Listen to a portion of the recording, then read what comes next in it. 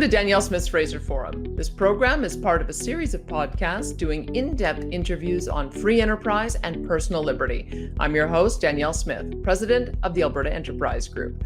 Go to fraserforum.org where you can subscribe, comment on the program, and see links to the studies we discuss. You will also find archives of previous episodes. Our email address is danielle@fraserforum.org. We'd love to hear from you. If we don't have any claim to our resources that are unearned are confiscatable. And there shouldn't be an issue of justice with confiscating resources that you don't really own because you just got them lucky. And I think a whole generation of kids have been raised with that as their ethos.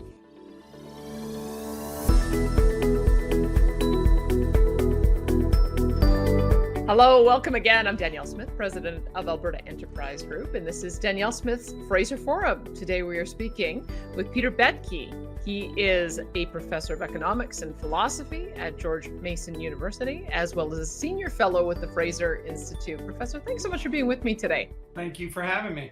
We are going to talk about collectivism, socialism, communism. You're going to make sure that I use the right terms by the end of all of this. But you know the thing that has struck me, and it's been a number of things, it's when I look at young people, they seem to all graduate from whether it's high school or university with the idea that communism was just never implemented right, but it really is the right system. And I often wonder where that comes from, why it is that it is so visceral that people believe it should work. They really, really want it to work. And yet when it's put into practice, it never does work. Let's talk first about the motivation. What is this collectivist motivation? Where does it come from? Yeah, so there's a conjecture that Hayek is most identified with, but several others in trying to figure out what the root cause of our desire to have collectivism comes from.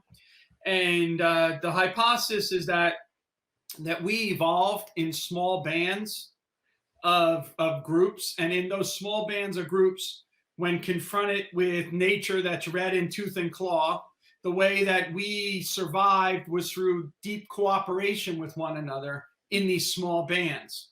And so as a result, we have a lot of reciprocal altruism is one of the main origins of our virtues within these small bands. And so our moral intuitions, what we're hardwired to think of as our moral intuitions is, that we have to have a boss. That's one of them, so there have to be a chief or a kingdom or something like that is there, but also that we are this tightly knit community that is in has obligations to one another. And then, in the great society that we live in a world of anonymous interactions, not face-to-face. So these moral intuitions are based on face-to-face interactions. And one way to easily think about that is if you went down for breakfast in the morning and your mom said to you, okay, that was, $3 for the cereal and $1 for the coffee, you would think that was really weird, right? So, mom gives you the cereal and the coffee, or you don't drink coffee when you're having the cereal when you're a kid, but a glass of orange juice or whatever. And then, but if you went to the local deli and expected them to do it, it would be just as weird. And so what Hayek says is that the modern society forces us to live in two worlds at once. We have to live in this collectivist world, which is our family and our community at some level, very tight. And then we also have to live in the great society of the market. And so our moral intuitions are often at odds with the moral demands. And it's that tension, I think, that creates part of this puzzlement that you're talking about. Well, let's talk about it on a couple of levels, because then you could imagine circumstances and society structure or even communal structures or cooperatives that could work under a communistic system. You've already talked about the family unit. That makes perfect sense. And in that type of environment, it's always very important for mom and dad, for parents to treat their kids equally. Like I think there's the classic experiment where if you've got two kids wanting a piece of cake, one does the cutting and the other gets to choose. So you make sure it's even Steven. But we've got a number of different communal environments that also seem to work. I visited kibbutz, for instance, in Israel. And so that's one kind of communal structure. In my home province of Alberta, we've got Hutterite communities. That's another communal structure. It's very, very successful because they're very entrepreneurial in the farming sector. And so you look at those and you think, well, if it can work in that environment, why can't it work more broadly? Can you talk a little bit about those kind of communal Yeah. or cooperative type of arrangements? So I think one of the again, this might be a little too eggheadish, but I think one of the best frameworks of analyzing these things comes from the work of Eleanor Ostrom and her husband Vincent Ostrom. They worked at University of Indiana for many years, and Eleanor was the first woman to ever win a Nobel Prize in economics. And her work studied how it is that small communities can solve very severe environmental problems having to do with a common pool resource or other kinds of scarcity that confronts that community. She looked at not only fisheries, one of her studies is actually fisheries in Canada, but she also looked at, forestry in the western of the United States and Western Canada. She looked at lobster pots in Maine. She looked at water irrigation across the world, right? And so communities can solve these local problems by coming up with various different rules. And those rules don't have to be private property rights in form. But those rules, she has a list of rules, and she studies successful communities, communities failing, and communities transitioning. It's in her most famous book called Governing the Commons. And so she has these different principles that she sees from these communities. And one of them is that they have to, despite having collective ownership, they have to limit access, they have to assign responsibility, and they have to introduce graduated penalties. So in a very important sense, what you have to distinguish is the form of the property right from the function that it's serving. And so I imagine if you go and study the Hutterite community, that there's a difference between their form and their function. And you kind of, hinted at it in the sense that they are a cooperative, but they are very entrepreneurial in the open market. Right. And so they're cooperative in the way that they interact with each other and they organize their local community. But the scalability and the sustainability of their project is going to be tested against the market economy in that case. And so, you can't necessarily grow from a small like cooperative into a giant cooperative without having to then address issues of when you suppress the market signals, how do you engage in metering and monitoring of your activity? How do you limit access, assign accountability, and introduce graduated penalties? And we can look at these in all these different areas. And so one of the things about Eleanor's research program, which was so valuable, was that she gave you these tools to study this tremendous diversity of institutions that human societies come up with to try to deal with the basic problem of scarcity and the difficulties of coping with uncertainty and whatnot. I mean, imagine yourself in agriculture, right? And think about all the random events that you have to guard against just to be able to have your enterprise work. One of them is, some of them are completely out of your control, right? Weather, things like that. How do they build in risk analysis in the community to be able to protect themselves against the downside? She examines that. That takes the form of a variety of different ways people do that. It's tremendous creativity and cleverness of the actors in the economy themselves.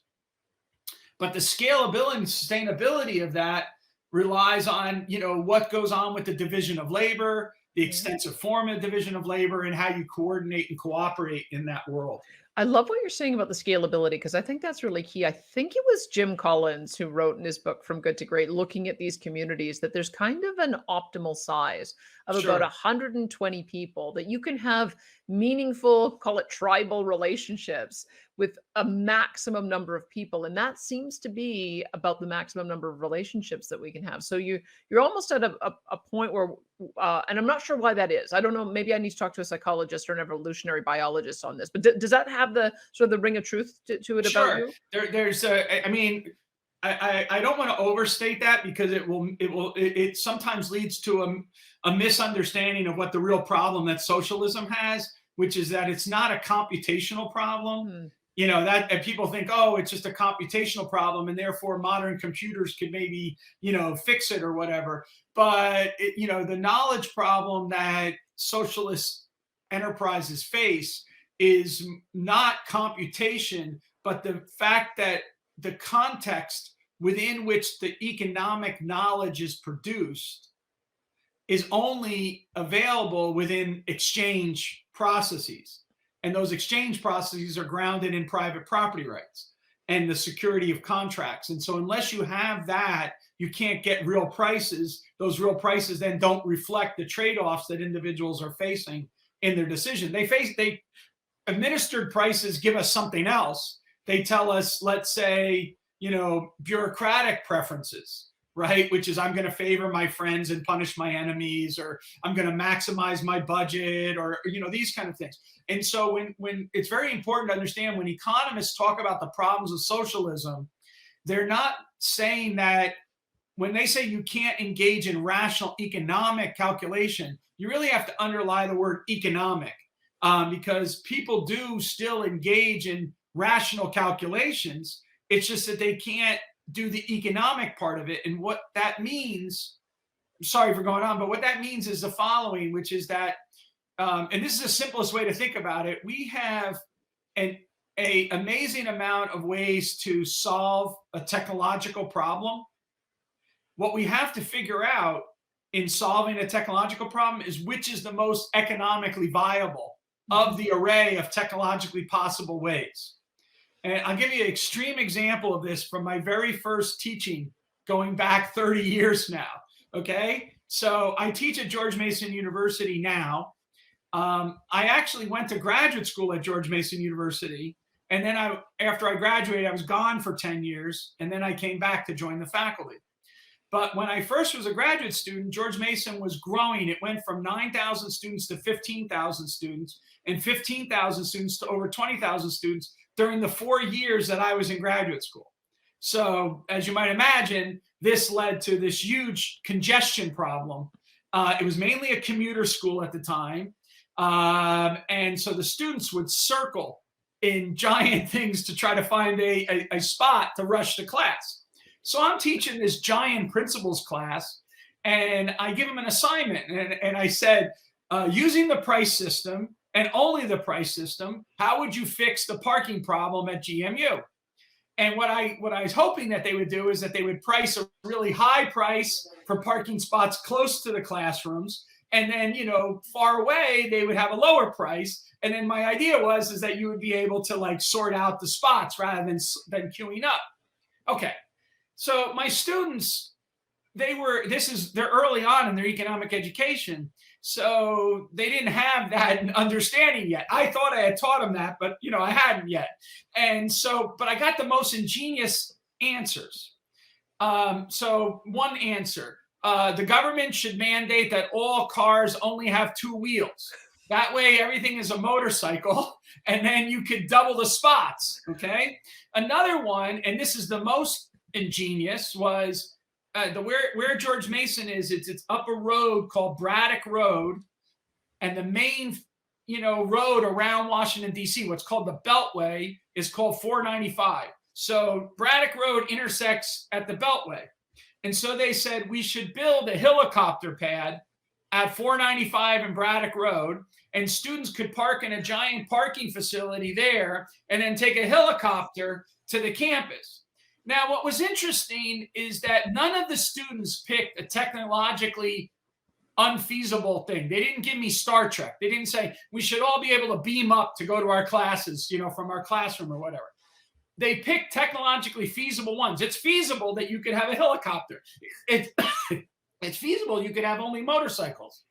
But the cost of that would be astronomical. So it's not economically viable. What the price system does, what economic competition does, is it sorts from the array of technologically feasible those which are economically viable. And that's why economics rains on people's parades. Right? They don't want to hear that because they No, want to completely, hear, because I I have know a brilliant exactly. idea. I can go from the helicopter, to here.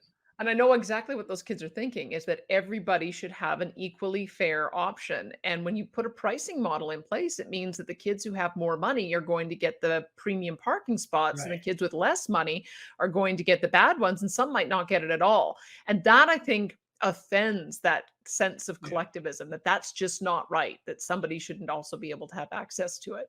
So So that's like, I wrote a paper. I wrote a paper not that long ago. It's reprinted in my most recent book, talking about the reception of free to choose when I was a college student, which is when it came out, versus the attitude that kids have today when they're freshmen in college. And so let me just sort of lay out the argument there because I think it's relevant. It's what I call the tacit presuppositions. Tacit presuppositions are the things that are unquestioned, right? And they come from our experience, not necessarily from reading books. What we think about the world when we look out the window. Is the world a positive sum game or is it a negative sum game or things like that? So, when I was a kid, so I was born in 1960. So I was graduating high school in 1978, entering college, in the late 70s, graduating in the early 80s. So let's put things in context here. As a 14-year-old or starting even younger, the Vietnam War and the failure of the Vietnam War was something I knew was going on behind the scenes in the world that I was growing up in. Then you have Nixon, and he has to resign due to Watergate. Then you have Ford, who, by the way, was actually in actual fact an all-American athlete, but he stumbled on Air Force One, and so as a result, all the comedians and everyone else tried to make him out to be a klutz. And so, Chevy Chase would come on, he would be Jerry Ford, and then he'd fall all over the place and do all this physical comedy. Then you get Jimmy Carter, again, a nuclear engineer, but he's Jimmy Carter, and he does interviews where he says things which seem silly, and he jumped out of a canoe because a bunny jumped at him, and he said it was like a killer rabbit. And then he appeared on TV with his cardigan and told the Boy Scouts we're going to check your thermostat because of the natural gas crisis. And then, of course, we had the gas lines and the stagflation and all these things like that. So no one of my generation would cry when a politician spoke, right? A politician would speak, you'd be like, okay, so, another, clown is up there doing things. We would much rather watch Saturday Night Live and laugh at the buffoonery of politics, okay? And the economy was in such dire straits, and it was because of the buffoonery of the state. So we wanted to free up the economy and things. So when Milton Friedman publishes Free to Choose, my generation is like eager to learn to that lesson. Whereas when he published Capitalism and Freedom, no one paid attention to it except for nerdy economists. But he became a phenom, on the Phil Donahue show. Everyone listening to Milton Friedman in the late 1970s, early 80s. Now go to the kid today. So right now, if a kid is a freshman in college, he's 17, 18, 19 years old. One, they never experienced communism at all, ever. They don't know what it is. It's like me. I'm dating myself, not you, but it's like me watching a Charlie Chaplin film, right? That's what to them communism is. It's like a moving picture that doesn't have sound in it, right? That's and I should just for a timestamp too. I was born in 71, so I came of age through the Margaret Thatcher, Ronald Reagan era, and watched the fall of the Berlin Wall. And so, and we also hit the debt wall in Canada, and so everyone was talking about austerity. So I take your point. Like even in my context, it has the same impact. So I'm very interested to hear what you think about is going to happen with the kids today. So the kids today, not 9/11. All I've known, so it became a permanent war economy in the United States. Then you have the global financial crisis, all right, in which there being, the global financial crisis, hit people and families it very hard, right? In terms of housing, but also in terms of their retirement accounts and their pensions and all that. And then they get the COVID, pandemic. And so they have a total different tacit presupposition to what our generation had, right? So you remember in 1989 when the people in East Germany were now feeling completely liberated that the wall was down, right? These kids see the global financial crisis and they blame it on the investment banks, right? And so to their mind, the evildoers are Goldman Sachs and, JP Morgan, rather than the totalitarian regimes of East and Central Europe and, or the Chinese if you remember in the June of 1989, when they had the Tiananmen Square thing, we think of a heroic figure as the tank man, right? Who stands against the collective. All the tanks are lined up and he's standing there. We forget the next day when they shifted out their military and the tanks came in and squashed the opponents, and we've never heard of Tank Man ever again, right? We can't find him. Or Eric Honecker having 80% approval ratings, but then his borders breaking down and the regime switching like this overnight. Now, we have the global financial crisis, gambling with other people's money. Right on the heels of the global financial crisis, you also have the Occupy Wall Street.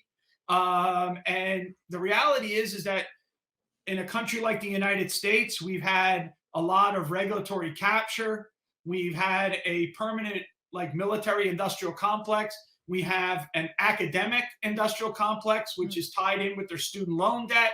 We have a financial industrial complex, which means that they get to gamble with other people's money, and we privatize profits, but socialize the losses. So these kids, they look at the world out the window and they're like, what am I supposed to like about this? Well, can I just, it could go either way, really, because so much of the messaging coming out now is that the collective matters more than the individual. And I can see how that could be embedded in how the kids act in the future. But every kid is facing a very personal loss, whether that was the cancellation of their graduation or not being able to play hockey or soccer. And that could also internalize a different way and in individualism. At the same time, layering on this, we're seeing that anyone can become a tech millionaire. Airbnb and Uber, and all of the challenges in the social media sphere with brand new alternative media news agencies, Right. that could also lend itself to seeing more individualism and entrepreneurship. So I'm not sure which way this is going to go. I know you're not a predictor, but it feels to me like it's uncertain yet. Are we going to go towards more collectivism or more individualism? So I can only speak about the United States.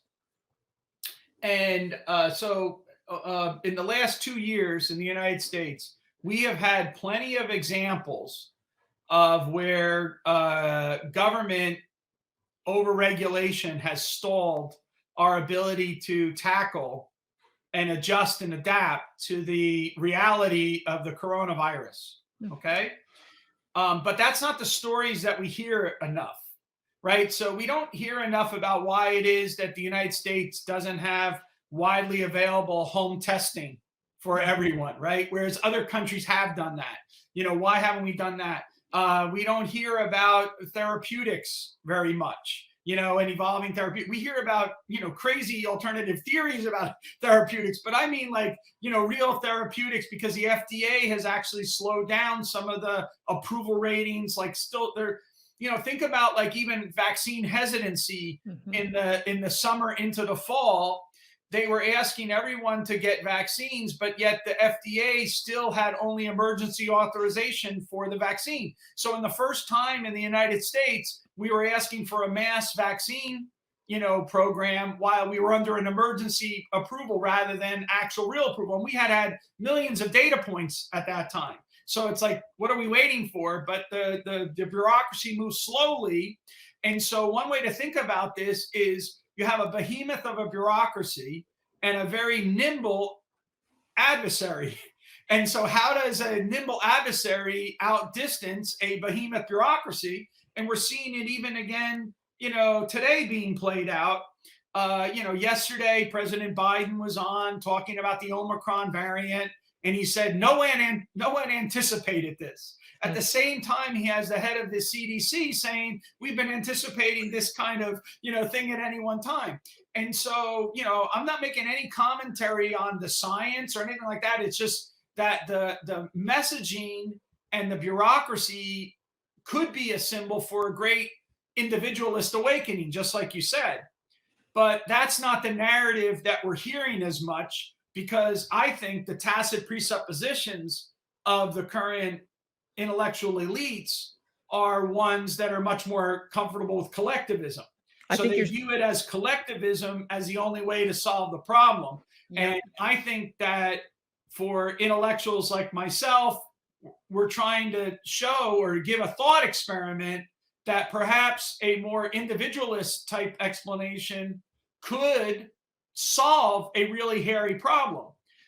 The difficulty for people from my side is that oftentimes when they address really difficult problems, race, income inequality, macroeconomic instability, global pandemics, they seem to be trying to do a Jedi mind trick. There is no problem. And the young kids are like in the remakes of the Star Wars trilogies, the early ones, when the guy says, he says there is no you will accept Republic credits or whatever, and the guy says your Jedi mind tricks won't work on me, and so that's the kids are saying that to us. So we shouldn't try to deny the difficulty of the problem. You have to embrace the problem and show how a way to deal with a nimble adversary, like for example a virus, is to actually have nimble entrepreneurial responses, which is more decentralized, more at the individual level, but also at the community level, right? We can't deny communities are, where our life and blood is at, right? And so how is it that we see a liberal society that, individuals are free and responsible, but they get to live in caring communities? Right. And that's like the liberal vision, rather than the idea that it's just this atomistic individual that is there for themselves and only for themselves. We live in caring communities, but those caring communities are filled with individuals that are free and responsible agents, that are architects of their own lives.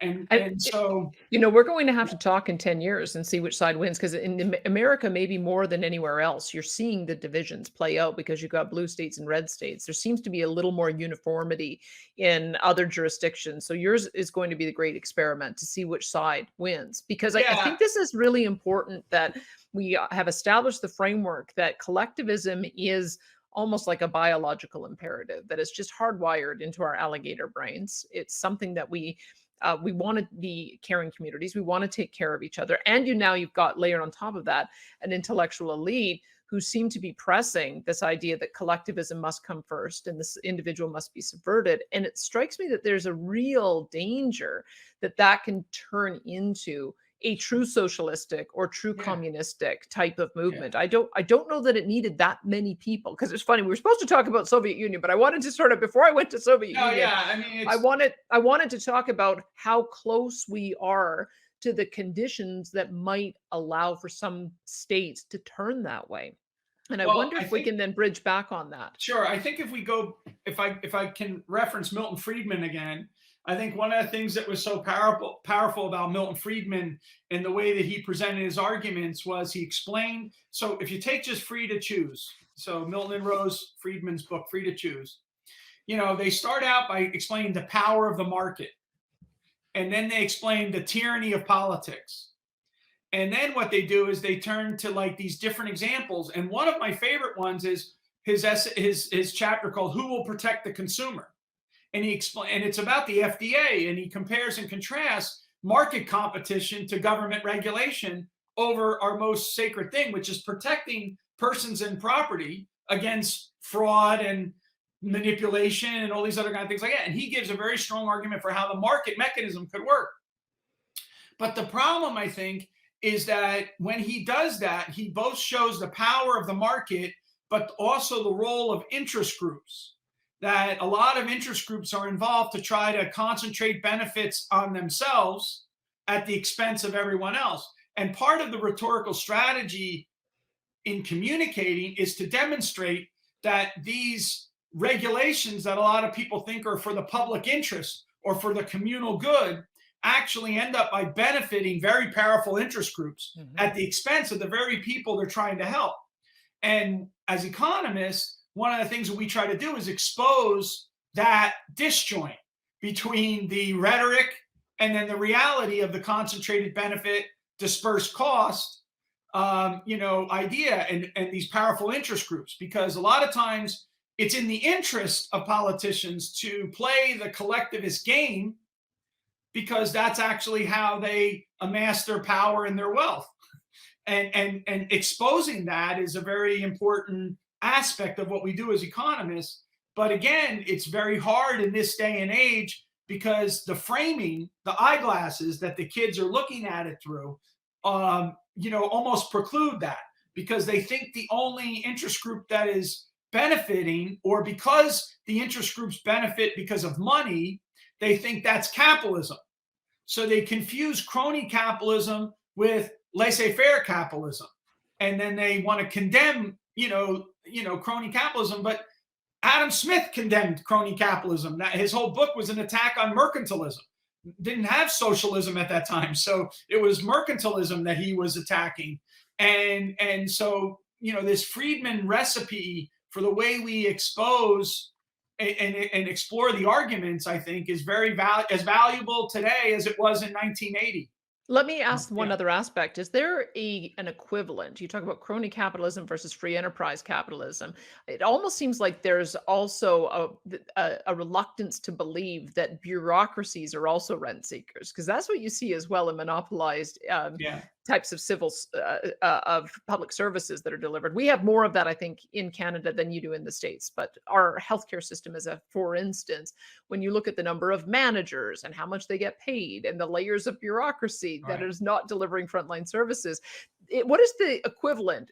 That's sort of like the bureaucratic equivalence of rent seeking and crony capitalism, in my view. I don't know what we would call that, though. Well, I think that the best name for that is called the administrative state, and the rise of the administrative state, which is in many ways very much a 20th century phenomena. And it tracks quite well with the transformation of the ideology in the 20th century in North America, in the English-speaking world. One of the main vehicles is the notion of what's called in the United States, they're called independent regulatory agencies. The FDA is one of them, but so is the Federal Reserve. These didn't exist prior to the progressive era legislation, right? And so we didn't have a Federal Reserve system until 1913. People act as if we must have had a Federal Reserve system, since 1789 or whatever. But the reality is that, we didn't. We had a national bank. We had, other kinds of banking systems, and they had their own problems. I'm not saying that they're perfect, but we didn't get our Federal Reserve System until the progressive era, 1913. And we got the Federal Trade Commission. If you look at, Washington, D.C. has all the different, alphabet of these agencies, and they all have their art that's tied to it. So if you look at the Federal Trade Commission, it has a beast that is harnessed, and it says "man controlling commerce," on it. It's the symbol that the progressives, tried to pass through. I don't know what the equivalent would be in Canada, but in England, it was the Fabians in many ways, and the kind of legislation that led to the beverage report, and then the rise of the sort of English welfare state that they developed after the beverage report. And so, we have to look and see what are the consequences of the rise of this administrative state that became best practice in the Western democracies. And note what I said, the Federal Reserve was founded in 1913. When was the Great Depression? Right, 1929, right? And that's a monetary induced depression. So, how did we respond to that? And this is too much of a US example, but I always say it's kind of like you had a shortstop and the ball was being hit to them and it kept on, going through their legs. And the way you responded was to try to give them a bigger and bigger glove, rather than get a better shortstop in there or do a shift like they do in pro baseball now. But it's we have to examine what the consequences are of these independent regulatory agencies or the administrative state. So that's the example I would use. It is. It's a good way of framing it too, because I think every jurisdiction has followed along the same path, and we all have our own alphabet soup group of agencies. But what's interesting is there doesn't seem to be a competitive pressure to undo. It seems like it's only growth, and it only gets larger. And I don't know what happens to undo all of that. If we could figure out a way to unravel the agencies that are no longer working in the same way that free enterprise and entrepreneurship and capitalism can unravel some of the incumbent players if they're no longer efficient, then maybe we could start seeing a bit of a rollback. But I don't know if there's an equivalent. So I don't know if they would appreciate me referencing them, but you have two great Canadian economists, political economists, that are in Western Canada. One of them is Breton and the other one's Weintraub. And the Breton wrote a book called Competitive Government, and which tries to explain what happens when you have fiscal federalism. So there are ways to maybe try to constrain the state, but it requires us to have a kind of competition between governments. And so what we get is governance, not government. And we look at the various different governments competing with one another. And then this also goes back to the Ostroms. And one of the issues with this is the principle of subsidiarity. So we have to have a very strong principle of subsidiarity. And the simplest way to put that is, I don't need the federal government to collect my garbage, but I might need the federal government to run my military. So, but I have to find the right appropriate level at the local, state, federal level of government. And now we might say international governments as well. And as long as there's competition between these, we can maybe, and people can vote with their feet, we might end up by seeing some kind of forces that make people pay more attention or more responsive to their taxpayers. I love what you're saying. If they can hide the costs of their government overreach, then that competition gets muted, and then they can get away with some of this stuff until they run into a fiscal cliff, like you were talking about. And the Soviet Union, like in what you were talking about, the Soviet Union collapsed in 1991, December 26th. But Eastern Central Europe, that's 1989, the fall of nations. But a lot of that took so much of the occupying of people's imagination. And they forgot that during the early 1990s, it's also the case that all the Nordic countries also met their fiscal cliff. And they had to go through radical reforms. And so that's why, when Bernie Sanders in the United States says things like, we just want to be like Denmark, the president of Denmark writes back and says, but we're not a socialist country. I don't know what you're talking about. And, the Fraser, if you look at the Economic Freedom Index, which I'm going to pick prior to COVID, because COVID has screwed up everything, in terms of even the way we think about countries. But if I go to the measures before COVID, you look at a country like Sweden, and a country like Sweden is much more, economically free than, say, the United States at times, right? I mean, in terms of the ranking, look at the rankings. And these are rankings that don't make sense to the kid because they've been told like something else. You're completely Canada, right. For example, is extremely open trade. I mean, Sweden, extremely open trade. So it's a very liberal country in that regard. And so, yeah, I mean, we have to sort a lot out to understand how governments compete with one another to put pressure so that they are more responsive to their citizenry. You've put a lot on the table, and in fact, you've given me probably, I think, 3 or 4 follow-up podcasts that I'm going to have to do, because I think you're quite right. This conception of socialism that we have comes from Denmark, Norway, Sweden, and I absolutely take your point that it's not socialism in the same sense that the Soviet Union was. I remember Mikhail Gorbachev came to Alberta on a speaking tour after the collapse. And so I was sitting beside somebody who'd been from the former Czech Republic. And I was talking about how we were on this path to socialism in Canada, and he said, "You have no idea what Yeah. socialism is." And so I think let's then talk about what socialism means in the Soviet context, Yeah. because I will have to go way back to the beginning, and I need to understand a little more about what happened in 1917 in Russia that created the conditions for this small group of elites to completely upend their society. It seems sort of remarkable that it could have happened so quickly. What sort of touchstones can you point us to? Because the life under the czars wasn't perfect either, No. but what a dramatic response to it. So let me just end our previous conversation just with a reference to your listeners, which is the economic historian Price Fishbeck has a National Bureau of Economic Research paper which compares welfare spending in the United States and in the Nordic countries. And I'm just going to just give people that reference and look at, because it's mind blowing when you look at actually the welfare spending per capita that takes place in both of these units, and yet the labels that we give to each of these kind of countries. So are you going to, I would presume that you, by that reference, you mean that the United States welfare spending is higher than the Nordic countries? It's as high. Interesting. Yeah. So it has nothing.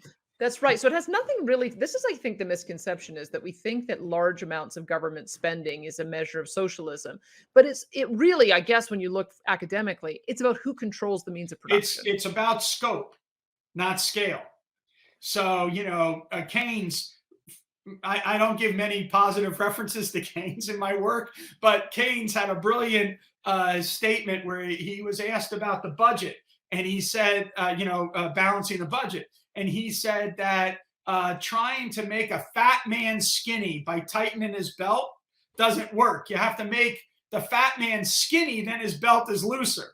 All right. And so that's an issue of the difference between arguing on the scale of government versus the scope of government. So if I could get the government to be smaller in scope, then what's going to happen is its fiscal affairs will be different than if I allow the government to grow and grow and grow. And let me give you another weird reference, and then I promise to get to your serious question about socialism. But I was a student of Jim Buchanan's. He's a Nobel Prize winner in 1986. Fraser has a fantastic little essential scholars on Buchanan that everyone should look at. But Buchanan was an expert on fiscal affairs. That's public economics. That's what he was. He won his Nobel Prize for. And he would ask us in class the following question. He would say, and I'm not going to imitate him now, I'm just going to talk, right? But he'd say that if a fly grew 9 times its size, it said that it could no longer fly. So if you took a fly and tried to scale it up to 9 times its size, architecturally, the weight of the fly would break its wings. All right. So physicists have figured this out or whatever, right? People a lot smarter than I am. And so Buchanan would then ask us, what does that say about fiscal dimensionality? Right? That's a problem of dimensionality of the fly. He would say, what's that about fiscal dimensionality? So is there a way in which you grow and grow and grow the responsibilities of the state, but as you grow them, they can't do their job anymore? And that leads us to an endless cycle, which is government grows because it fails, and it fails because it grows. And that explains to a large extent why the cycle goes like this rather than unwinding unless we do something other. Well, and one more thing, I think it also probably presumes that there is still this academic ideal that collectivism ultimately works and government should ultimately work. And so the growth of government isn't a problem. And yet, yeah, I was leaving that aside for the minute. Yes, besides that, Mrs. Lincoln, how was the play? Yes, that actually is a very big point, which is, again, one of the reasons why you might want to have competition is that technology changes what the scale and scope is all the time. What used to be something that was a public good could now be a private good, and so we should be thinking about what technology can be used to reduce the scope of government, right, to make the fat man skinnier rather than that. But let me go to socialism. Yes. I think it's extremely important to understand that they were coming out of the war. So the czarist system was a kind of very much a mercantilist system. So if you look at data statistics on the country prior to World War I, you would see that the country had in fact had an industry. It was probably about the 5th or 6th largest industrial economy in the world, but it was still largely a peasant economy. It was concentrated in a very small group of elites, and in many ways those who had been given favor by the czarist regime, like all mercantilist systems operate. But nevertheless, it wasn't like a bankrupt, poor country. It was an industrialized country that had 70% of its population was peasantry. Now, what happens is the war, breaks out, and they're fighting in the war, and the war is very unpopular. People are, massive casualties and disruptions and whatnot. And so then the young people are coming back, home, and the Bolsheviks were able to work an alliance, which was to get Russia out of the war and promise bread to the peasants. Like that was their slogan, basically. We're gonna, and so they were able to work on, and the regime started. It was so unpopular that the collapse of the regime isn't in the October Revolution.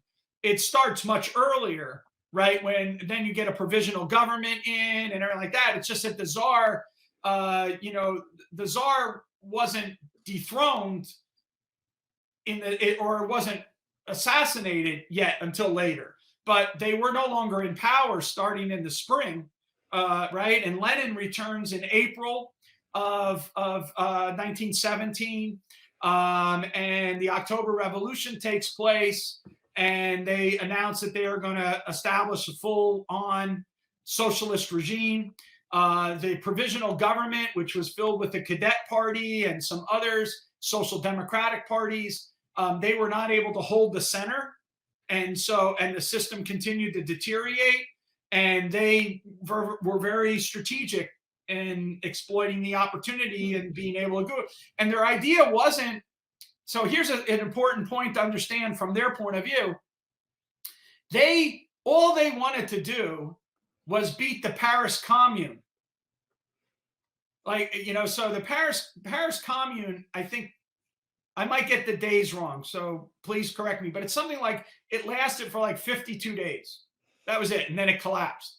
And all they wanted to do was beat 52 days because their belief was, from a Marxist point of view, was that they were going to be the spear that would shake the tree of revolutionary movements throughout all of Europe after the war. So Germany would topple, right? And then all the other countries would follow suit. And so then they'd have international socialism, and that would save them, right? And so what happened was they pursued the extreme socialist agenda. In the book 10 Days That Shook the World, which is a book about the revolution, there's a great picture that you can draw in your head that John Reed writes, which is Lenin. The revolution has succeeded. They've taken over the Winter Palace. They come in, and he grabs the podium, right? And he says, "Now we will construct socialism," and just leaves, the place. Professor, can I put a few dates on the table? Because that's what I found so shocking about it, was how quick this occurred. So in one of your papers, you talk about first November 8th, 1917, Council of the People's Commissars formed. Same day, decree on land abolished the landlord's right of property and called for the confiscation of landed estates. November 27th, just a few weeks later, decree on workers' control over production. You've got on December 27th, the declaration of the nationalization of banks. They moved fast, and it actually makes sense in the context of, well, we only have 2 months to do this, so we better get cracking. Well, they also were true believers, right? So one way to understand what they were trying to do is to read Bukharin and Preobrazhensky's book, The ABCs of Communism. I mean, they lay it. So Nikolai Bukharin is an amazing figure because he was the architect of communism. It gets later called war communism, but at the time it was just called communism. The phrase war communism is imposed on the early period by people who want to defend it because they want to claim that the reason why communism failed so miserably between 1917 and 1921 was because of foreign interventions and the Civil War with the Reds fighting the white armies and everything. But one way to address that hypothesis is to look at the extreme centralizations. And if you think about when it is that the Civil War broke out and when it is that it was ended, if you look just what you were just talking about, they were engaged in extreme centralization before centralization. And after they had their peace with the Civil War, they then passed a policy that all enterprises, 5 employees or less, were now nationalized. In that earlier one, you had to be a bigger enterprise. But so they centralized even more after the war than they did, during the war. So I think that hypothesis that the war obviously shaped things, but the war as a cause is not necessarily a hypothesis that can be sustained. Well, But what makes me, I you know, don't what, think. what makes me nervous is that you do have, say, the World Economic Forum being fairly overt in saying things like by 2030 you will own nothing and you will be happy. They have a vision that by, in 9 short years, that there's something wrong with private property. And that's what makes me a bit nervous, is that Well, those who, I think we should take people seriously when they yeah, say yeah. they want to So abolish private property. yeah, so Property. COVID has been a major thing. I mean, this is a great. There's a lot of ways to go with all this. I love the fact that you pointed out the exact policies, because all those policies are very consistent with the animating ideology, right? So if you believe that private property is the alienating ability of mankind, what you're going to do is you're going to abolish private property. I'll give you one other thing from Marx, and then I'm going to address your World Forum things. But Marx used to like to distinguish between what he called petty bourgeois socialism and real socialism, right? Real scientific socialism. And one of his examples he used about petty bourgeois socialists was where they tried to do things like, lower the work week, right? And improve the conditions of the workers and things like that. And one of them was to try to, do things with money, right? And so what he said was, because money is the root of all evil, right? And they would say, oh, look, we can just abolish money and then we'll be okay. And what Marx said is, look, you have to understand is that trying to abolish money while leaving a private property system in place is similar to trying to fix Catholicism by getting rid of the Pope. He said, what you need to do is get rid of Catholicism, then you don't need a Pope. And so I have to get rid of private property rights. And if I get rid of that, then I don't need money, right? Then I can have production for direct use rather than production for exchange. But if I just get rid of money, but I leave private property rights and thing, I still have the problem of Catholicism, right? It's just that, money is no longer the thing that's causing the problem. So when you look at those Bukharin proposals, because he was the architect of all of that, when you look at those proposals that he's doing in 1918, 1919, 1920, and before he gets all the way up to 1921, when she then switches gears in his proposals, they are all animated very much by Marxism. Okay. Now, the current World Forum, or the Great Reset, which is what it's called, is not as much motivated by Marxism as much as it's motivated by what you might call techno-socialism. So a lot of these people believe that we've come to an area where technology is such that, one, we can get rid of scarcity by technological bursts of productivity. So therefore, the distribution of income is not tied to productivity, but is a matter of politics.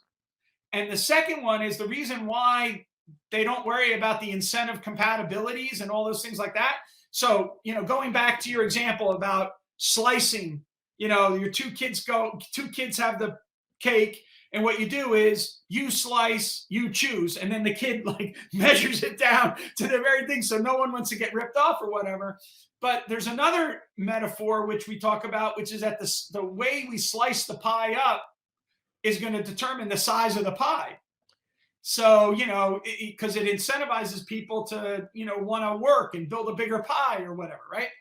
And they don't worry about that because in their techno-socialism, digital socialism, it goes by in a lot of ways. What has happened is that the burst of productivity technology will give us will mean that we'll end up in a world where we have the singularity, basically, which is that the growth rate will go so exponentially up that we won't even have to work.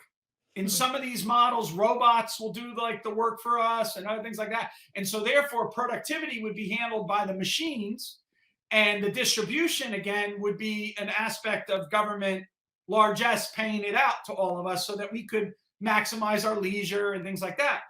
You know, a lot of this is very weird because we're not quite there yet with the technology, though people think that we are. I mean, we can't, you know, you're in a country which loves hockey, okay? So I only know examples from soccer and from basketball, but I'm going to try to use a hockey example so that listeners might relate. But if you ever watch a robot play chess, the robot's a master because it's a fixed set of algorithms that are there, and the robot can go through them, the computer can go through them very, very fast and pick what optimal strategies are. But now try to make that robot play hockey. All right? And the adaptability and adjustments on the fly. The whole point about hockey is that the hockey player is probably getting a puck hit to them in a way that they've never quite seen the same another time. But the master can adjust and adapt on the fly and be able to be completely skilled and adroit in being able to deal with it, right? And that requires, and so hockey would be what we would call a wicket learning environment in which the parameters are free, not fixed. Whereas in a chess game, the parameters are fixed, and therefore the algorithms are just a matter of churning through them. And so computers are really good at a world where we have a kind learning environment, but they haven't been very good in environments of wicket learning environments. And now ask yourself, what is it like when a company tries to enter into a market?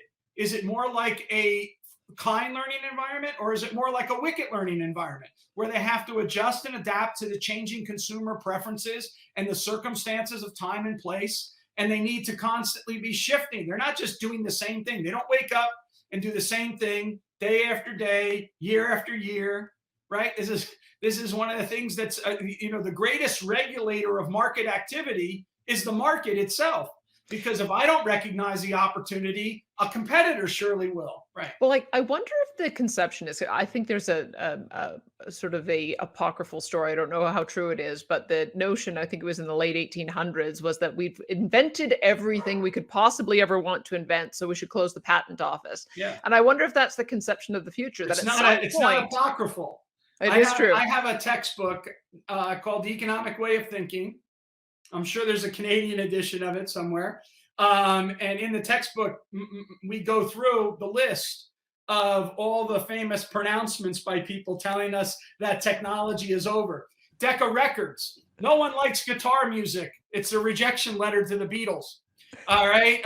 Bill Gates himself. Who the heck would ever need more than 64K on a computer? And the head of the patent office.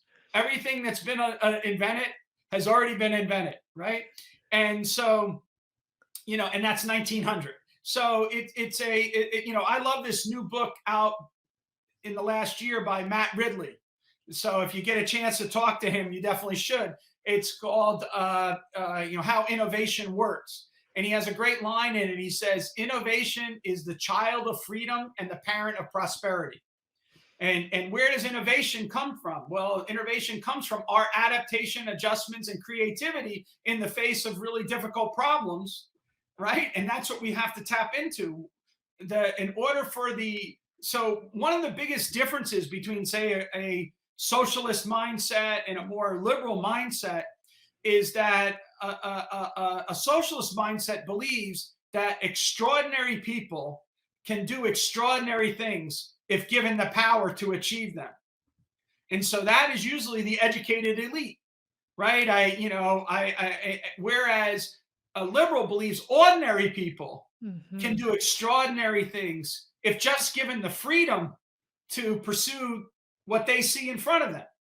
Okay. And I think those what Thomas Sowell would refer to as clash of visions between those two different perspectives explains much. And right now, I think you're right that it's this other side that is the dominant one among the intelligentsia class. But you know And what's during interesting? our youth, there was a short period of time when it went the other way, right? That's what Thatcher and Reagan kind of, pushed against. That's the failure of the Soviet reforms under Gorbachev ended up by pushing towards an idea of freeing up the economy, what happened in Poland, the Czech Republic, Hungary.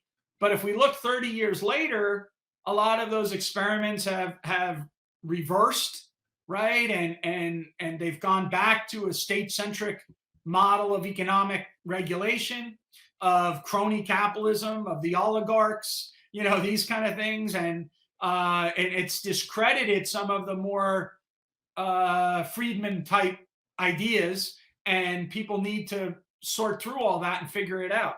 Well, it's interesting. I mean, that's important because I think that kind of recalibrates my thinking on it. It's not so much that the technocrats believe that we're going to have an end of innovation because we've invented everything. It's that they believe, as central planners with a lot of money and machine learning and an artificial intelligence, that they're the only ones who need to invent anything new. And the rest of us can just sit around with our Oculus and look at virtual reality all day while robots go out and make our food for us and we get paid a guaranteed annual income. Like, I guess the thing that I'm interested in is, do ordinary people want that future, or is that what is needed? Is that ordinary people need to realize the benefit of having more liberation, that freedom to be able to self-actualize and become whatever you want is kind of central. But there does seem to be almost a demoralization of that ordinary person, and I need government to take care of me, and maybe I can't achieve, and my income is not keeping up, and I'm doing worse than my parents. There is a bit of a demoralization that's happened, I think, generally speaking, that's almost paved the way for this kind of thinking to take root. So I think again, to invoke Jim Buchanan, he had a wonderful essay in the early 2000s called Afraid to Be Free. And what his argument in the Afraid to Be Free piece is that we've defeated managerial socialism. So that doesn't inspire anyone, right? He's a little too optimistic, I think, when we look at things like, in response to the global financial crisis or in response to this pandemic, managerial socialism has come back in full force. But in 2005, when he's writing it, he's like, no, we're not going to consider managerial socialism. And we also don't really want a nanny, in the sense that we don't want to have, a paternalistic socialism. But what we want is what he called parental socialism. That is that we want to be protected against the downside risk of life. And so, this goes back to an old Tocqueville line, right? Which is that, we need to be willing to wrestle with the, cares of thinkings and the troubles of living. And if we're not willing to do that, our spirit is going to be atrophied and we're not going to be self-governing citizens, right? We can't be. And so therefore we want a parent. And I think that we've seen a lot of insecurities. And if you combine that with a teaching that has gone on for at least 2 decades, which is in many ways captured and solidified in Michael Sandel's most recent book, Against the Tyranny of Merit, which is the idea that there is no such thing as merit, right? It's what we might be called luck egalitarianism, right? Some of us are just more lucky than others, and our privileged position allows us to get the bennies. And it's not because we're more alert to the opportunity or that we're more skilled or that we worked harder. It's just that, we were lucky, we were in the right position. So if we don't have any claim to our resources that are unearned are confiscatable. And there shouldn't be an issue of justice with confiscating resources that you don't really own because you just got them lucky. And I think a whole generation of kids have been raised with that as their ethos. And that fuels with their experience, in which they see a lot of injustice out there in the world, because again, the financial crisis socialized losses but privatized profits. The global pandemic actually ended up by benefiting the Zoom class and impoverishing the non-Zoom class. And they see that. Their eyes are not blind to that. And so they think of that as, oh, money's involved. That must mean what capitalism is. So capitalism in their mind is Bernie Madoff and, these kind of people. And so we need to really kind of, wrestle with that and address those issues. And again, not engage in Jedi mind tricks, right? Which is the natural, you're like, no, Bernie Madoff isn't, whatever. And that is true. Bernie Madoff is fraud and, violations of property and contract and consent, not the embodiment of property, contract, and consent. But we have to frame our discussion of those things in ways that our current audience can listen to and hear, rather than in ways that turn them off. Otherwise, we're going to be stuck in a situation where people just don't resonate with the market society. Well, it's interesting. One more thing I would add to what you said as well is that we also had these guaranteed incomes that were given, regardless of what your income before COVID or before you ended up with a shutdown was. Everybody got there. In Canada, it was $2,000 a month. I think in the US, it was a little bit less than that. And so it's kind of implanted this idea in people's minds, which may be a bit different than what happened in the Soviet Union, that money isn't the root of all evil. It's all you need to do is print enough money and everybody can have everything that they want. Yeah. And so that's, I need to talk to you a bit about the sort of the tautology that you put out, that the true socialists, the communists, put forward, is that you abolish private property, then you won't need markets. If you don't need markets, then you don't need prices. Because we haven't talked about the price mechanism and pricing, because I'm quite nervous about all of this money printing leading to hyperinflation. And we keep hearing from all of our technocrats, don't worry, it's just just short-term price adjustments. This is not going to lead to inflation. We've managed to somehow disconnect printing money from general price increases. And so I think this issue of money and inflation and cost of living is going to become very important in the future. But we need to establish why pricing and transparent pricing and real pricing is so important before we can understand what governments might be doing to mess it up. Well, like with all your questions, Dale, these are like extremely deep questions, and you're asking an academic who gets paid by the word to try to give you an answer. But I'll try here. Because these are very, very important. I think that your listeners would do a wonderful service to themselves if they went on YouTube and looked up Milton Friedman giving a lecture on why inflation is everywhere and always a monetary phenomena.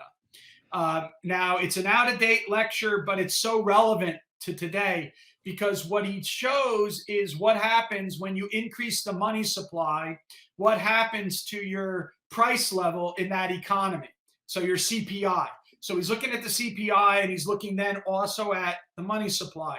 Now, it's extremely important. Friedman didn't make this mistake. In this presentation, he's doing it for a general audience, so it's straightforward. But that's what leads to Friedman saying inflation is everywhere and always a monetary phenomenon. And when we look out in the world today, we have to be very careful about what are the inflationary pressures and what are the pressures that are caused by the supply chain and the economy simultaneously opened up. So there's a lot of issues that were tied to the supply chain restrictions, okay? One of them is actually related to what you just got talking about, which had to do with people that got paid not to work and then trying to get them to come back into the labor force. And if you look, this affects things like, or just the lagging of the industries. In the United States, for example, we had a real interesting market in rental cars, because as the market for travel fell drastically in 2020, from the spring into the summer, in order to stay afloat, the rental companies sold their fleet, right? Now we start getting the coronavirus is a little bit under control. We open up we get, vaccines. The economy is starting to open back up.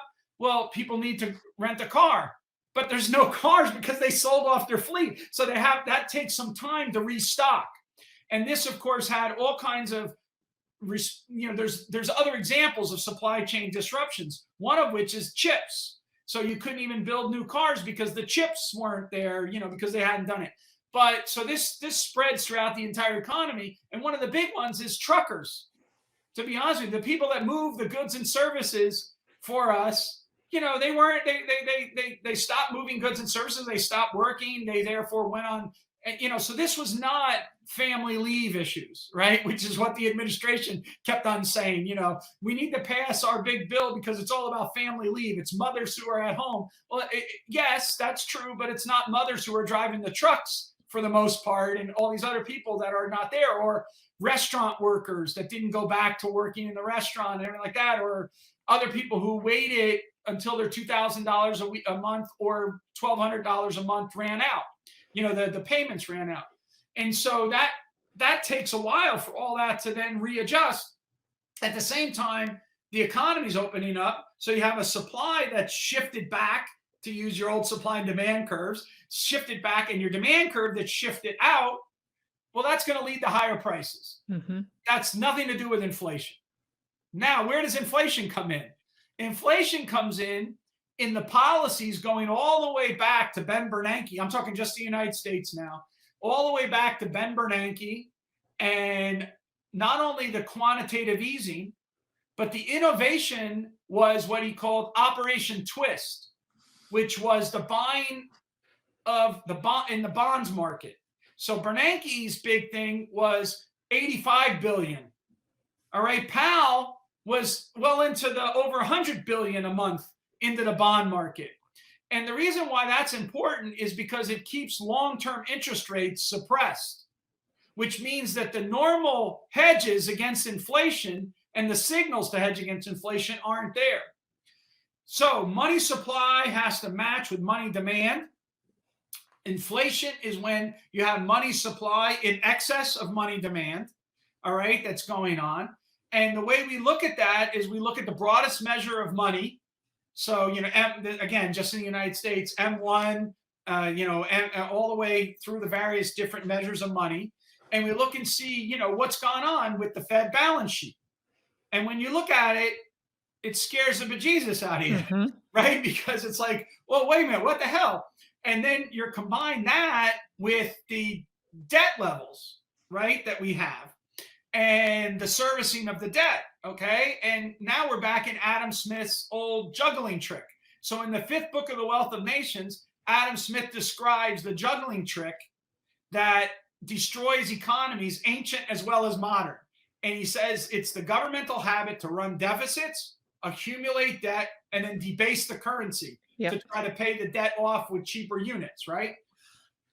And when this gets out of control, and that leads to the problems. And current thinking in monetary policy is that the authorities have the ability to manage this juggling trick. So rather than saying central bankers shouldn't juggle, what we now teach them is become master jugglers.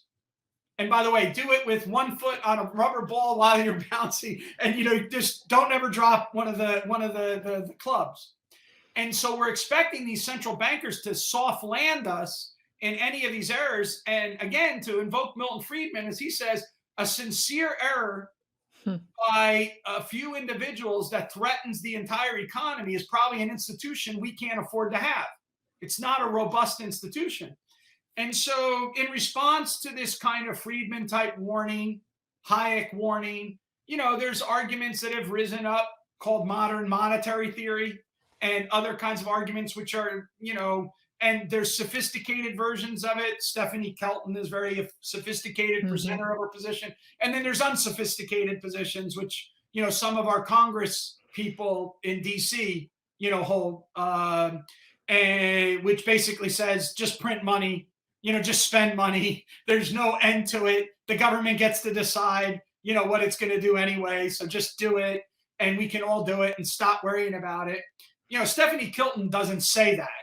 That's not what she says, but in many ways, some of the more progressive members of Congress do say that, and therefore everything's funded. And there's some funkiness in the way that even the administration in the United States now talks about that. Oh, our programs are already funded. It wouldn't even cause a concern. But I do get nervous when I listen to critics of the current administration, because sometimes I think they're confusing the normal market adjustment of prices with inflation, and they're sometimes jumping too fast in the juggling trick from the debt deficits to the debt to the debasement. And I think we need to be more sophisticated in those discussions. Well, and I have a new book out called Money and the Rule of Law. It's published by Cambridge. It came out just earlier this year. And we go through some of those arguments. It's a very academic-y book, but it builds on the work of Hayek and Friedman and Jim Buchanan. So, yeah. Well, it may well be that they think that they can manage their way through this, and we aren't going to end up with a hyperinflationary environment. But it could also be that you've got an ideological premise to this. So if the original socialists felt that we didn't need private property and that we didn't need price signals, then perhaps creating the currency and creating a mess of the price signals, I have to wonder if it's actually by design. But I need to understand more about why the socialist view believes that markets can work in the absence of prices. I don't know what the they need markets. So they're going to. So hold on. Let me just sort of map this out. If I'm not a baker, I still need to be able to get bread. And if I don't have a way to purchase bread because you've eliminated private property and you've eliminated pricing, how am I supposed to get bread? I guess I don't understand what the conception of how goods get produced and traded is if you take away prices and you take away private property. What is the ideal?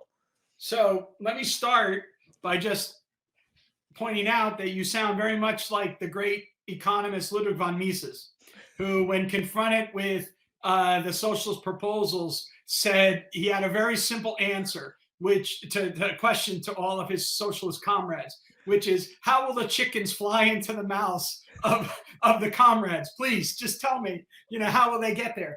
I think if you work through the argument and try to be as most sympathetic as you possibly can, what they're trying to do is come up with a mechanism which will rationalize production. So waste in production comes about because we produce for exchange or for profit and not for direct use. So if we could find a way that we would produce directly for direct use, we get rid of the waste that's associated with profits and losses, right? So we're going to get rid of that. So now we've rationalized production. Once we rationalize production, we're going to see a burst of productivity, which will, and this is the phrase that was used at the time, we will move from the kingdom of necessity to the kingdom of freedom. Because, and so in Marx's essay, The German Ideology, he says we'll be able to go beyond the division of labor, because we won't have to be a hunter or a fisherman or a poet. We, in fact, could be all of those things, and we just keep rotating. It's also why they didn't think a standing bureaucracy would be a problem, because today Danielle will be in charge of the planning board, tomorrow Pete will be in charge, and then the next day the next person will be in charge, and none of us will ever try to use the power to influence, the bennies towards us, because we're going to have a new socialist being. All right, which is these are the kind of arguments which were made before economists got involved in the debate. All right, and it's the reason why the Austrian economists focused on this issue of economic calculation, or what later became known as a knowledge problem. And the reason why they focus on, as opposed to an incentive problem. The oldest argument in intellectual history is that collective property causes distorted incentives. It's what Aristotle argued against Plato. So we didn't need modern economics to tell you that collective ownership leads to people not paying attention to details, right?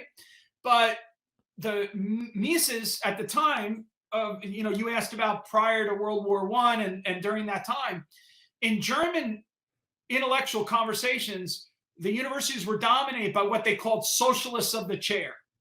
And what the economists didn't like Adam Smith, so they rejected Adam Smith in British classical economics, and they would pronounce from their position what their policy preferences were. Like, we should be free trade. We should have high tariffs. We should do this, blah, blah, blah, right? We should have the Bismarckian welfare state.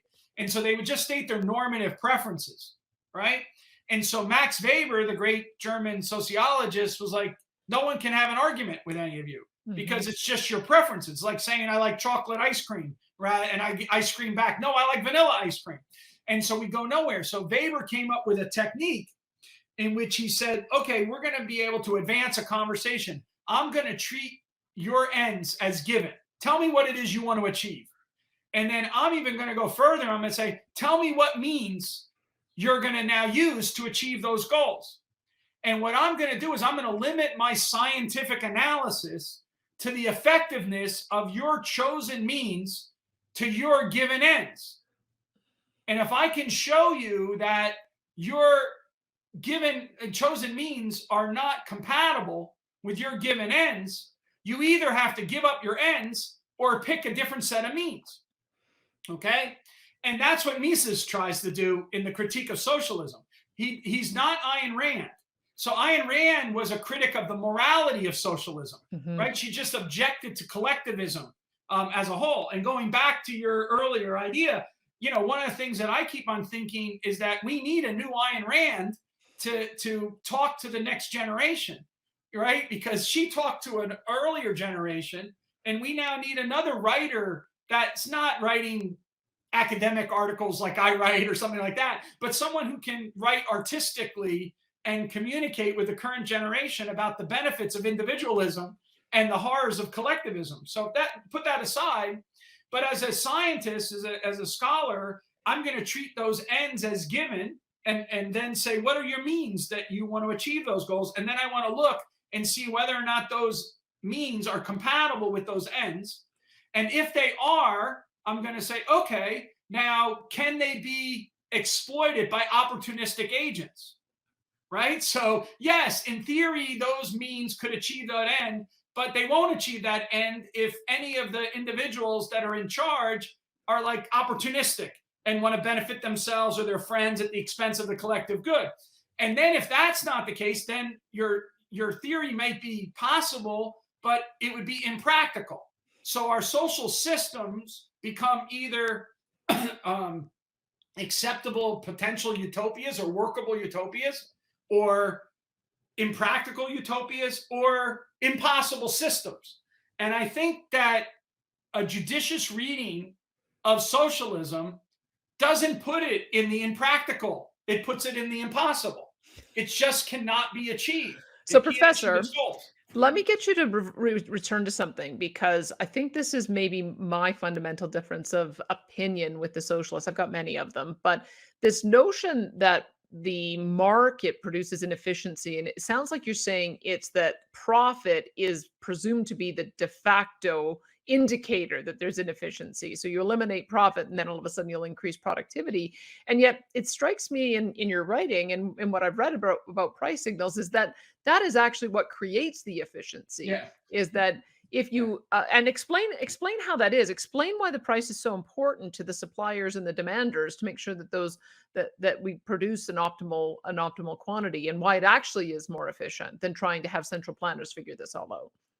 Yeah, so I mean, that's what I said earlier about economic calculation playing the role of sorting between the technologically feasible to the economically viable is, the key is a key aspect of this. So the price system, what it does through prices, profit and loss, and an array of property ownership. So if we think about what's going on in an economic system, we have right now, we have property rights that are in someone's control. We have prices that are posted about products. And through the exchanges, we either are making profits or we're making losses. Okay. Now, what are they doing? They're trying to coordinate suppliers and demanders, right? And reallocate resources so that the most willing demanders, those who are willing to pay the highest price, and the most willing suppliers, those who in fact would sell the good for the lowest price, come into contact with each other. And that way we realize all the gains from trade, right? And if we realize the gains from trade, we end up by exhausting what economists call Pareto efficiency. No one could be made better off without making someone else worse off, and so forth and so on. But it's not just that. We get exchange efficiency. We get technological production efficiency. We produce goods at the lowest cost that we can produce them at. And we get product mix efficiency. We get the kind of goods that the consumers are desiring, okay? Now, so we have property prices and profit loss on the one side. On the other side, we have these underlying conditions, which are the taste of the consumers, the existing technology, and the resource availability. Just these are these underlying conditions. And what the market mechanism does is it is agitating so that the underlying conditions of taste, technology, and resource availability are mapped by the property prices and profit loss in the market. And any time that there's a disjoint between those two things, there's a profit opportunity for someone who can actually exploit that. And where do the profit opportunities come from? From buying low and selling high. That's your prices. Mm-hmm. What you don't want to do is buy high and sell low, right? Should have had a V8, you know? And so what happens is the market not only tells us how to have quickly, it gives us quick information. It also guides us towards correct information about, you know, what are the resource availability. And these are just old wisdoms. Remember, like some of the old proverbs, a fool and his money is soonly parted, right? So where's that? Let's make sense out of that. Let me see the profit and loss system. Let me see if I can understand why the technocratic socialists see the world a bit differently. It strikes me then that they must either believe one of two things. One is that they can use AI and machine learning to figure all this out, that because we are now able to process so much information, that they would be able to do better than supply and demand. That might be one thing. The other thing, though, is that technology is odd in that once you've gone through all the work of creating a product, you can it's sort of infinite. You can sell it to an infinite number of customers without increasing your costs. Just think about a video game or something that you could put online. An infinite number of people can pay to access that. So you get almost like an infinite amount of profits that's disconnected from the cost of goods. And that is maybe a new type of product that is changing the way that we think about supply and demand. Maybe it doesn't. Maybe this rules of supply and demand still hold, but it is part of the reason why we're talking about not just billionaires, but potential trillionaires, is that this is a very different type of market that we're in. So that issue goes back to the 1990s when people started to recognize that we were entering into a new era and we're going to have this kind of idea where basically the marginal costs are, you know, disappear in some level, right, of doing this. And so we have to look at these various things. And this feeds into what's called the platform economy and all of those issues like that. But whenever I talk about these things, and again, I don't want to be doing a Jedi mind trick, and I apologize if it sounds like I'm about to do one, but, you know, kids always say stuff to me about that. And I say, do you remember MySpace? You know, of course you don't, because, you know, Facebook wiped it all out of the thing. And so I expect that I would see things, you know, change unless government doesn't let it change, right? If all of a sudden, so to me, it's not surprising when I see, you know, Mark Zuckerberg show up at congressional hearings and say, I will gladly be on the committee to regulate, you know, the platform economies. Of course he's going to be on there. That's what we call regulatory capture. 2021 is the 50th anniversary of George Stigler's famous article on the economic theory of regulation. And I tell all my students all the time, you got to go back and read that article and then look up the Carmen Segaria tapes. So after the financial crisis in 2008, the Fed decided to engage in oversight, regulatory oversight of the big investment banks. Carmen Segaria is a very publicly interested, lawyer, and she decided to leave her practice to go work at the Fed as a regulatory oversight of the investment banks. And then she found out that the investment banks were in fact capturing the Fed, right? The Fed is trying to regulate them, but it's actually they're playing by the tune of the investment banks. And this technology allowed her to come in and just press record and put it inside of her bag. And she has like 5 hours of tapes that you can get on National Public Radio here. Just look it up, Carmen Segaria. And it's like unbelievable because it's all about how Goldman Sachs is telling the Fed how it is that they're going to run their business. And while the Fed is supposed to have regulatory oversight, that passed with the impact of a like cotton ball. Because no one wants to hear that, right? They don't want to hear that. Zuckerberg raising his hand and saying, I'll regulate, they don't want to hear that that's capturing, what's going on. And so the theory of capture, regulatory capture. So I'll just tell you a funny story, funny to me.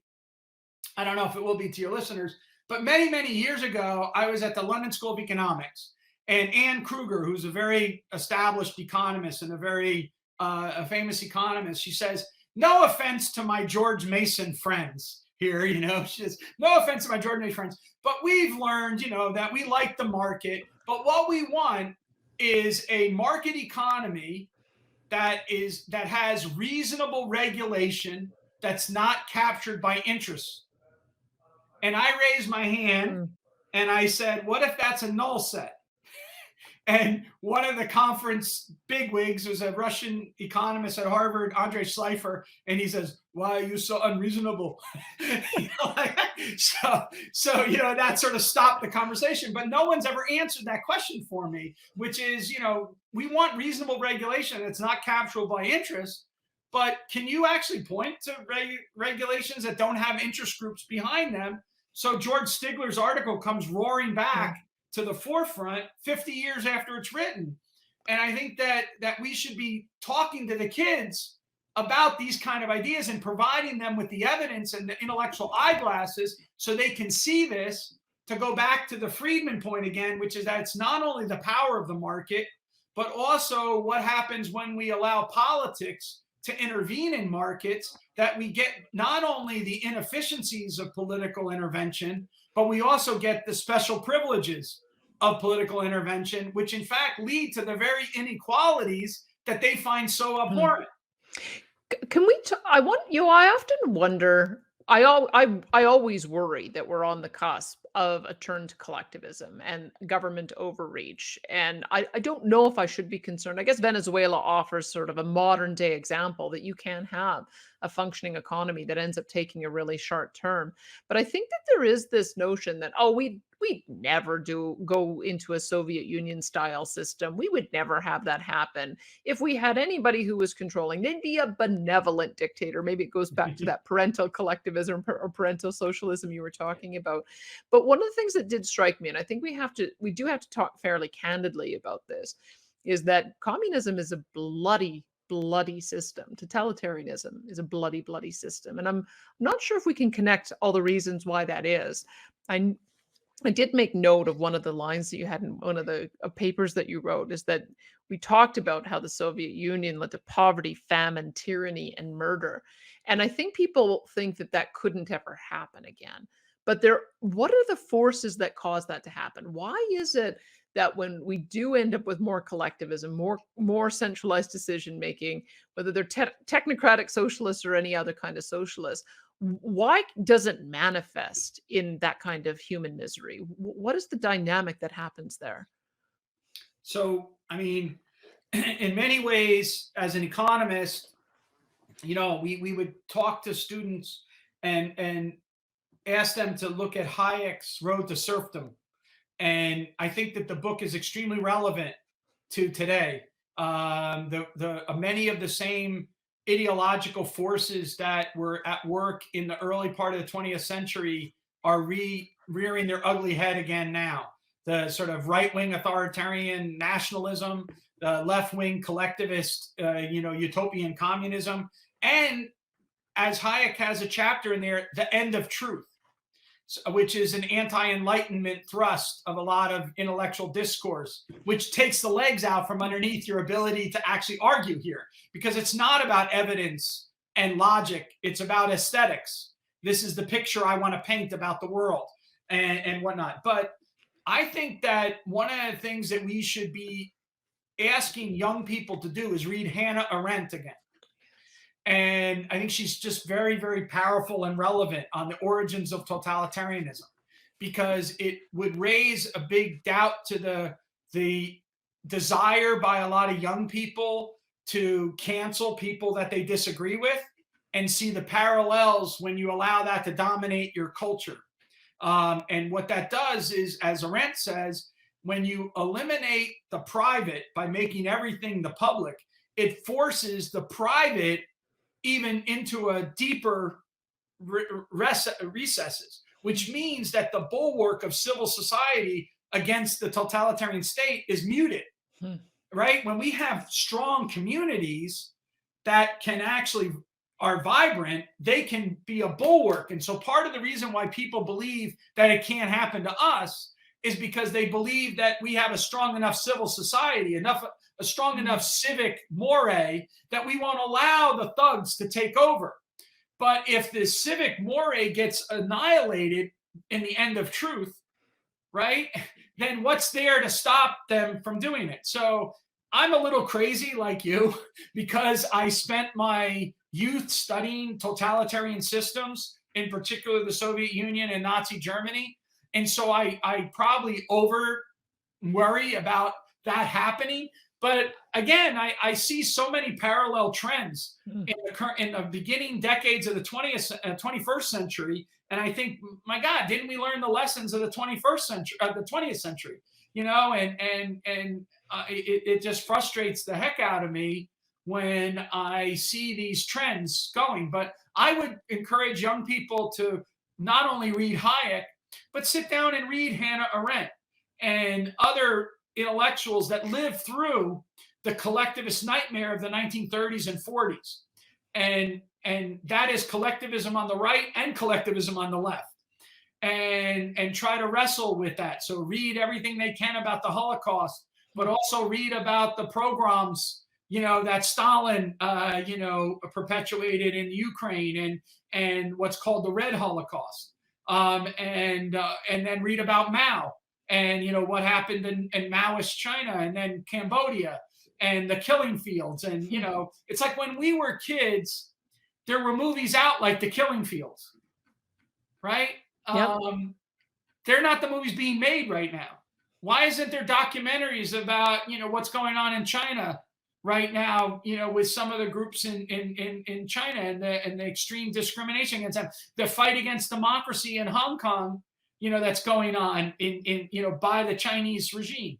We don't see that enough, and maybe it's too soon, and the artistic culture needs time to catch up, but it needs to start paying attention, because right now we're kind of in a state of denial with what's going on in very, very bad way in a lot of regions of the world, and including in our own backyard, where we're doing things that I don't think any of us would really,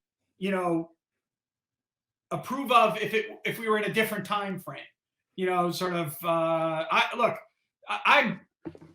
I want to get back to as much as normal as possible, right? So when the government tells me I need to get a shot, I'm the first in line. If the government tells me I need a booster, I get online, because I just want us to get back to normal, right? I don't think twice about it. I don't deny anyone's desire to have their own autonomy or whatever. I'm just like, look, I just want to get the hell back. Tell me what I need to do. Do I need to take a shot in the eye or whatever? I don't care, right? Whatever you need me to do. And so I want to go back there. But I am shocked that we are in a situation where we are literally demonizing people for their medical choices. Mm-hmm.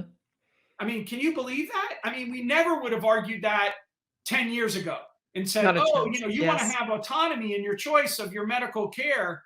And then people say, you're a bad person. No, they would never say that. And now we're saying it, and we're saying it from the pulpit of the White House, right? Which is that Christmas is going to be wonderful for the boosted and, miserable for the unvaccinated kind of thing, rather than, and they're talking about rationing medical services and things like that in the United States. These are positions in which I would never believe we would have. But just to tie it back to communism stuff, when I was a kid and I was starting out my career, I used to travel a lot in Eastern Europe. And when you went from the United States and Eastern Europe, I had to fly a lot through Frankfurt or actually through Rome sometimes. And I was shocked in Frankfurt in the late 80s, early 90s, standing there and seeing people in line to go through security. Mm-hmm. Like I thought to myself, I can't tell you what it was in Canada at that time, but in the United States, if I wanted to take my mom to go see my aunt down in Florida, I could walk her all the way to the plane, give her a kiss, maybe even help her get on the plane, right? All these things like that. Now all of a sudden, so the security was crazy in Germany. And I remember thinking that will never happen in America. And now I haven't flown for the last 2 years, but we have the TSA and everything like that. And so I keep on wondering, all right, so what theater is going to remain about COVID after it's all gone? Right? Truly. Certainly, people taking off their shoes and their belts and everything else, that's more theater than it is protection. So what's going to be the theater that we're going to have to do now? And are we going to do it willingly?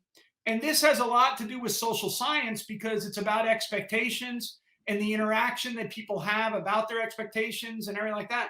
And so I think as a scientist, I'm fascinated by trying to figure out what's going on with all of this down the pipe. But anyway, it'll be fascinating to see. And it goes to the whole issue of collectivism, that the collective is now more important than the individual. So we got back full circle as to why some of that might be.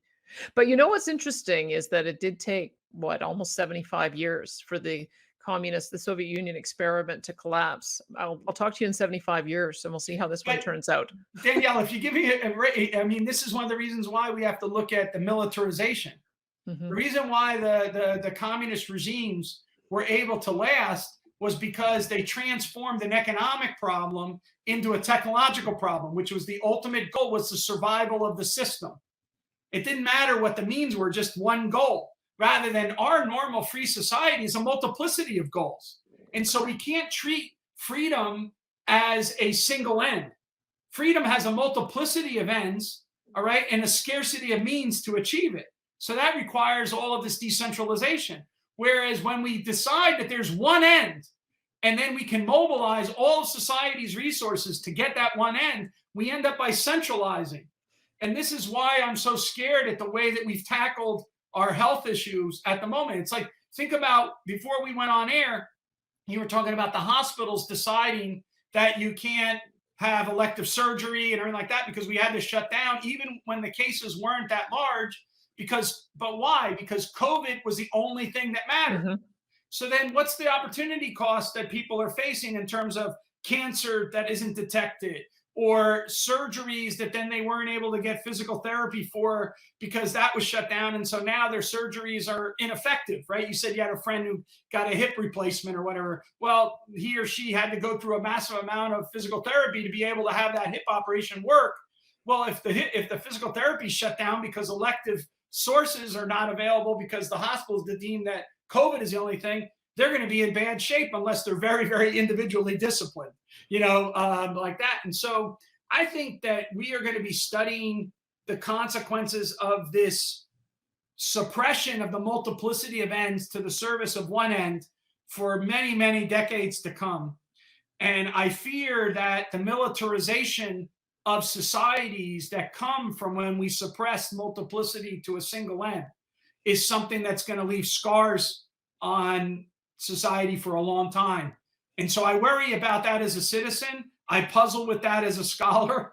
And I think that none of us have a red phone to God that will tell us, what the right answer is. So all we can do is have conversation about it. So and check back in a few more years once it becomes a little bit more clear. You have given us a very long reading list as homework, Professor. Thank you so much for the conversation today. I sure appreciate it. Well, thank you. That was Peter Boettke. He is a professor of economics and philosophy at George Mason University and senior fellow of the Fraser Institute.